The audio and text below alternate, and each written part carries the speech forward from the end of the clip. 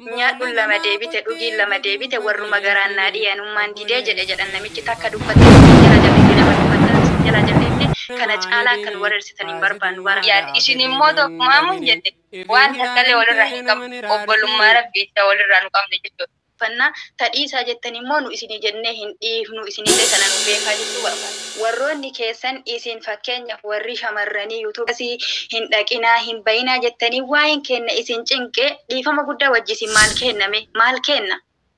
Wallaani miira keessa galee dubbataa jira.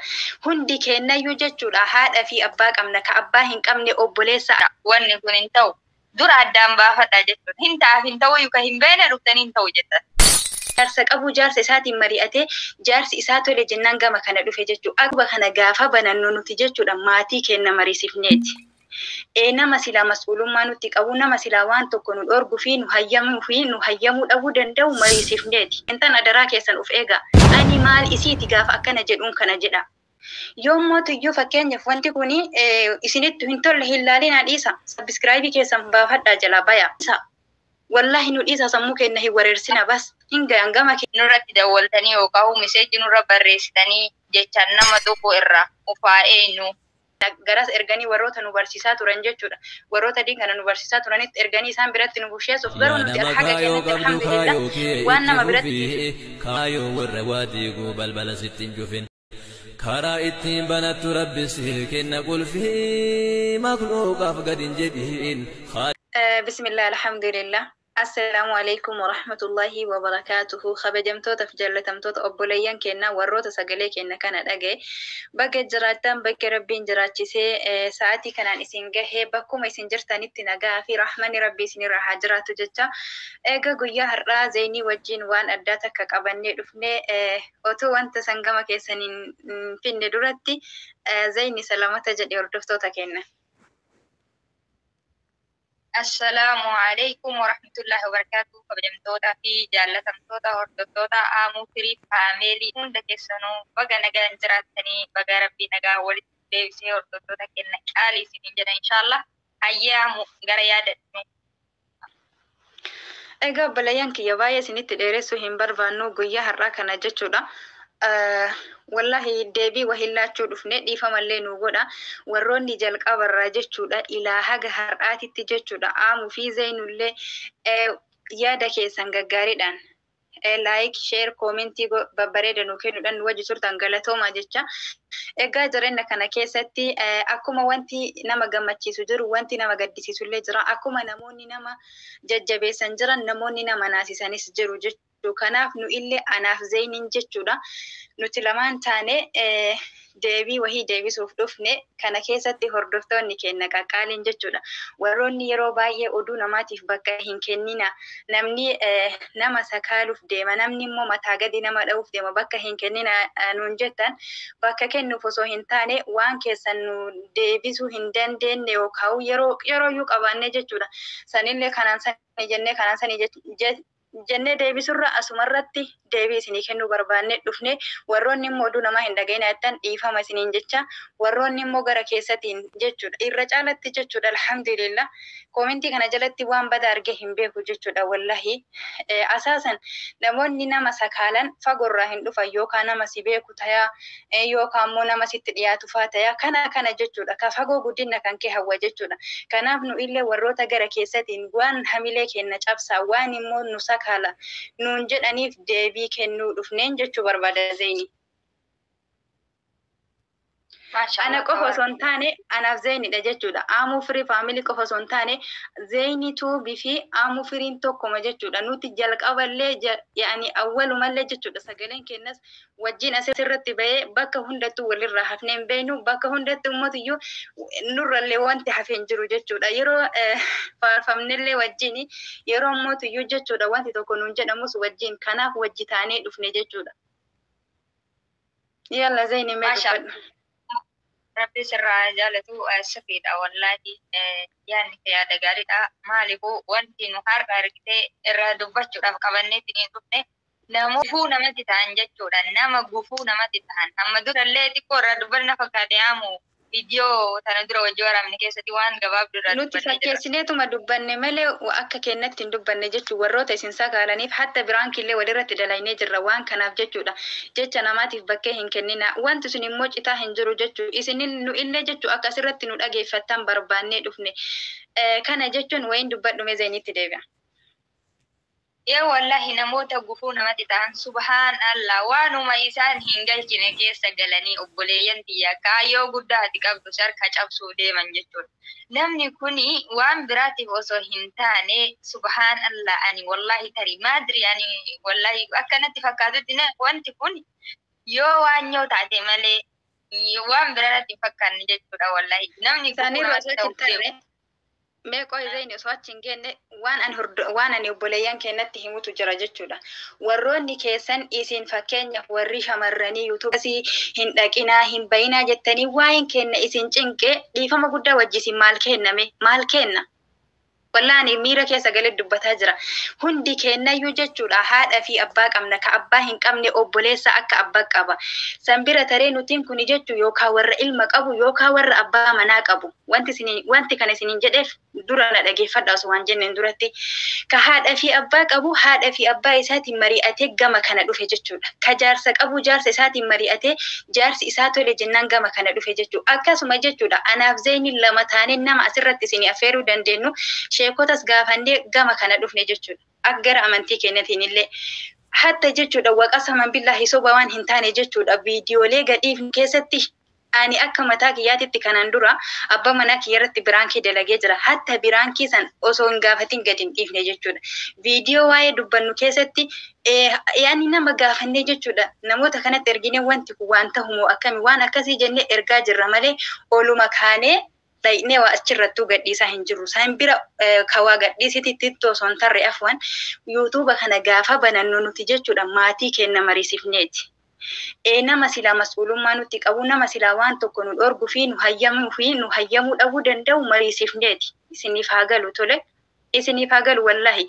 Warroonni yookaan diinin walitti nu hafidu karaa walitti nu hafidu qilleensi walitti nu hafidu yaada bakka isin hin geenne geettan jechuudha. Bakka silaa keessa seenuu hin qabne keessa seentan adaraa keessan uf eega. Ani maal isiiti gaafa akkana jedhuun kana jedha. Gaafa dhayxee achirratti hinaasanii dhayxee wanta kana hin godhatini maal kiyya bar ani waan maatii kiyya mariisiseeti jechuudha. Nama mas'uulummaa natti qabu mariisiseeti abbaa manaa kiyya hayyamsiiseeti jechuudha. Wanta isin galchine keessa hin galina. Yommuu iyyuu fakkeenyaaf wanti kuni isinitti hin tolle hin laalina dhiisa. Subscribe keessan baafadhaa jala baya. Like share yani like fi maal godhu dhiisati jechuudha. Subscribe ma keessan bakka gurraacha santuuqa diimessa lammata isin irratti hin dhufu yoo kanan dura maatii nu taasan nu dhiisa. Wallahi nu dhiisa sammuu kenna hin wareersina bas hinga gama kiyyaan eenyu uf beekaa ani maal isiiti nama isii hoogganuu danda'u moo akka shari'aa islaamatitti jechuudha. Akka amantiititti yoo nu amantii keessaa baanee waan fasaada waan garagaraa waan hin taane achirratti ka dubbannu taate waan nama jallisa. Waan immoo iyyuu namni nu laalee yookaan fakkeenya nama jallisuu tokko qabannee dhufnee namaa fakkeenya taanee karaa islaamummaa kanarra diin kennarra nama maisaa jiran eeyyan akka diinititti nu gorsa. Waan san bira tartanii bakka isin hin galchine keessa wallahi waan bakka hin gaafatimin deebii hin kennina. Kanaafuyyuu wanti ani jechuu barbaadu warroonni akkana tayaa dhiisaa maalidha jettan nu namas gaafannee sheekas gaafannee asirra dhufnee san bira tarreemmoo maatii kenna ka mas'uulummaa nutti qabu gaafannee asirra dhufnee bakka isin hin galchine hin galina. Waan isin hin galchine keessa galtanii sammuu nu hin wareersina keessa nurratti bilbiltanii nurratti barreessitanii kana jettanii yaada nuu kennuudhaan yaada keessaniif galatooma garuu nurraa dhaabbadhaa jechuun barbaada. Zaynitti fufaa. Mashallah. Wallahi wanni hafi argitee ani dubbadhe jedhe jiru waan jiru sila hundaa dubbatee jirta. Yoo kanumarra deebi'eetiin hin dubbadhe malee wallahi wanni hafi jiru. Kanaafi yaa obboleeyyan akira wallahi lazim. Yaani wanti tokko wanni dalagu tokko anaafi malee isiniif miti. Isi yoo barbaadan dalagaa yoo hin barbaadin dhiisa akkuma amuun jette jalaa baya obboleeyyan kiyya. Dhuftanii keessan mataa nama dhukkubsina wanni kun hin ta'u. Dura addaan baafadhaa jechuudha. Hin ta'u yookaan hin beekne dhuftanii hin ta'u jettan. Kanaafi nurraa ta'a obboleeyyan kiyyaa nurratti dawwaltanii yookaan miseejii nurra barreessitanii jechaan nama tokko irraa ufaa eenyu. Kanaafi nuti yoo akka amantii islaamatitti illee wanni nu amantii islaamatirrallee wanna takka argite yoo nu badii qabaannee amantii islaamaa kanatti waa balleessinellee nu gorsuun keessan karaa sirriin garuu wanni nu balleessine takka hin jirtu karaa rabbiiti wanni balleessine hin jirtu wanni nu asirratti dubbanne argite ka waan rabbii walitti nama fidaaf takki nama jallisuufi miti takki ufumaa jallisuufi miti jechuudha nuti silaa rabbiin nurraa jaalatutti yaanii as gubbarra dhufneettiin waan argite hin taane asirratti naasufne wanni nu haasofnu tarikee irraa wal gaafannaa kuma baranne irraa diinii keenyarraa wal gaafannaa wanni nama naqe maaltu jira mataan wareersitan lammaffaa immootu nuti akkuma amun jette abbaa qabna haadha qabna mariin deemne jechuudha marii malee asirratti baane mari'annee tari akkuma amun jette abbaa manaa qabna tari yookiin ilmaanuu qabaachuu dandeenya jechuudha nu mariin deemna malee marii malee akkanumaan asirratti yaadne isin immoo akkuma amun jette waan takkallee walirraa hin qabne obbolummaa rabbii isa walirraa nu qabne jechuudha kanaafuu akka obbolummaa rabbii sanitti akka nu isin kabajnetti isinillee of kabajaa nurraa gora nu isin kabanya isinin jettu wallaalle isinitti deebisuu hin wallaalle jechuudha garuu kabajaa teessanii obbolummaa fi jechuudha obbolummaa akiraatiif wanni isin dhuftanii waan argitan haasoftaniif hin jiru jechuudha nuti mari'annee asirra dhufne jechuudha ammallee taanan abbaa manaa kenna qaalii wajjin asirra baanee wajjin gallee karaa dheeraa deemna jechuudha nuti jechi keessan haga misqaala zarraa duubatti nun deebisu inumaa duratti nu cimsa jechuudha wallahi laazim duratti nu cimsa kanaafuu nurra adabadha jedhaanaa waan jette yoo qabaate ani dhugaa miira keessa galee jira dhugaa rabbi tana jechuun obboleeyyan kiyya utubaan haga dhiiban qaba haga dhiisan qaba jette oromoon jechuudha namni haga cal'isu qaba haga dubbatus qaba sila namni kun har'a nurra afaan qabatinna bor nurra cal'isinu jenne jechuudha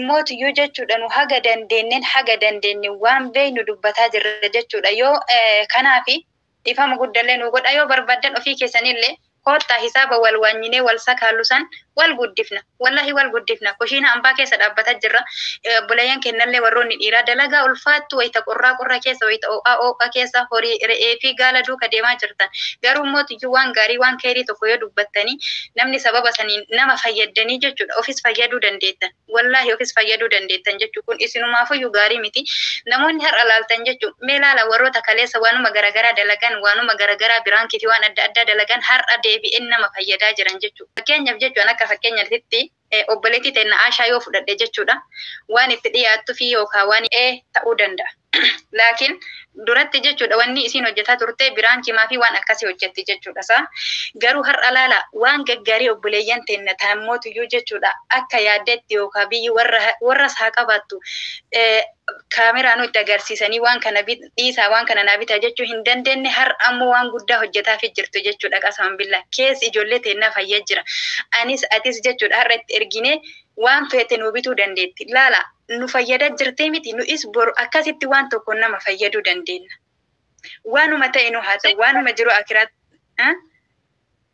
waan kanarratti wallahi obboleetti kenna rabbi si haa kabaju rabbi sirraa jaalatu wallahi Aashaan masha Allah tabarakallah rabbiin ammallee bakka guddaan si haa gahu wallahi du'aa godhaafi hojiin isin hojjetaa jirtu nama boonsu garuu mootu isillee akkanumatti mataa gadi tumaa dhaqanii garuu namni kaayyoo qabu namaaf jecha duubatti nafu ammallee rabbiin duratti si haa jira naati maasitti fakkaate amma wallahi ladiin masha Allah tabarakallah ijoollee abbaa hin qabnetu jira itti dawwalanii haadha ofiitti waa bituu barbaadan yookiin namni biraa mallaqana jalaa balleessan jira nama taatee fi sittee fi masha Allah galchitiif jechuun kuni wallahi namni kenna kun kanaa hin hubanne karra walitti cufaa deema jechuudha karra walitti cufina obboleeyyan tabarakallahu wallahi kuni argite waan dhahamu isinillee barbaadan dhuftaniitiin hin kayrii carraaqachuu kayrii dalagachuu kayrii irra dubbachuu hin dandeettan yookaan immootu barakallahu fiikum adabadha namarraa isin jedhu barbaadan malee irra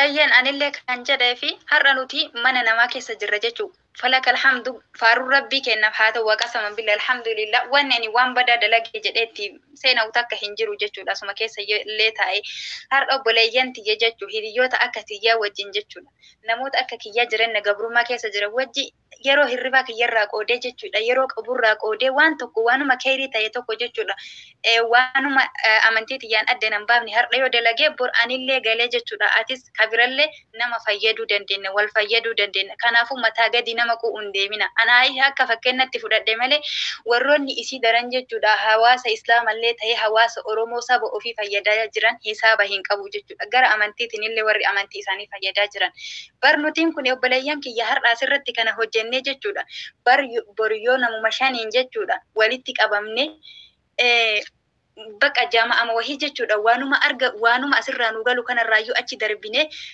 obboleeyyan kiyya bar osoo rakkataa tokko jechuudha namootuma hajjabatu barbaadu ka hajjabatu hin dandeenye tokko uffachiifne wallahi nama fayyanne jechuudha rakkataa tokko rakkoo baafne nama fayyanne jechuudha nama mana kiraa jiru tokko jechuudha dandeenye lafa binneef irratti jarreef nama fayyanne jechuudha kaayyoon keenya guddaadha adaraa keessan isin waan nu karoorfanneef waan nu kaayyeeffanne hin beeytanii jireenya keenya keessa harka fudhaa baarakallahu fiikum bakka isin hin galchine keessa hin galina maatii kana daran nuun jedhuu danda'uu qabachuu dandeenya jechuudha dhiifama guddaa ani hedduu takkan aare wallahi nyaadhu lama deebite dhugiin lama deebite warruma garaan naa dhiyanummaan didee jedhan namichi takka dubbattan isin jala jal'ifne lama dubbattan isin jala jal'ifne kana caalaa kan wareersitan hin barbaannu baarakallahu fiikum ana akkuma dura jedhe obboleeyyan kiyya fuula ifaa walitti dhufne fuula ifaadhan jechuudha yoo wanti nu hojjetaa jiru isinii hin taane dhuftanii gara keessatti nu hin wareersina sabiskiraayibii keessan kaafadha afoo inaanillah wal argan yoomal qiyaama bas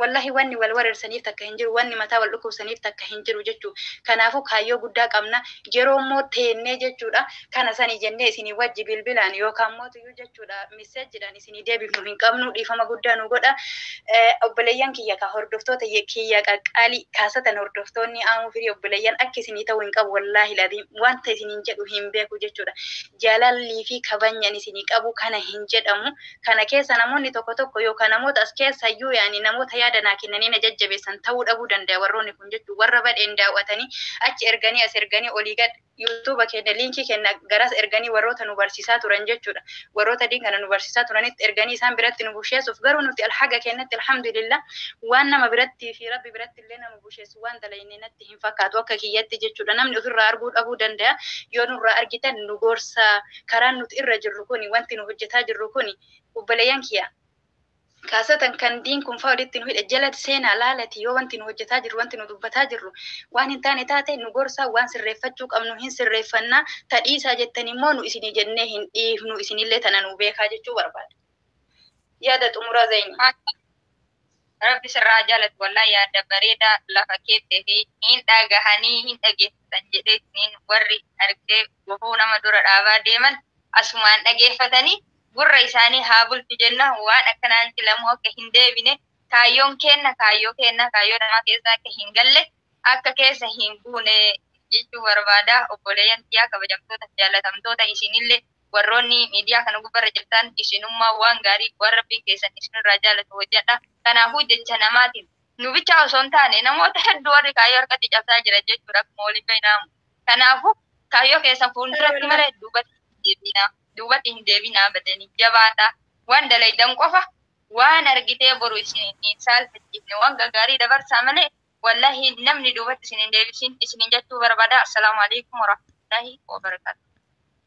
Egaa obboleeyyan kiyya qaqqaalee akkuma dura isiniin jedhetti wanti balleessee jiraate dhiifama isiniin jedha warroonni waan nuun jettan rabbii keessan sodaadha nurra adabadha jechi keessanii fi haalli isin amma itti jirtan nu jabeessa malee nu hin laaffisu tana nu beekan isiniin jedha tika rabbii keessanaa tura waan balleesseef dhiifama assalaamu alaikum warahmatullahi wabarakaatuh.